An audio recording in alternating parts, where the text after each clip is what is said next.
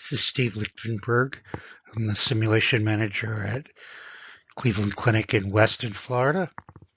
Uh, we were asked by neurosurgery to see if we could do 3D printed skulls from their CAT scans and see if they would work towards resolving some of the things they were trying to do.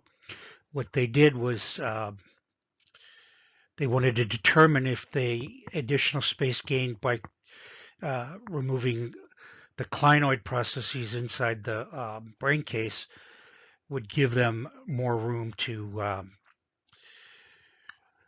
perform their procedures. The CT scans were converted to STL and then printed using Cura 5.5 on an Ender 3 printer. The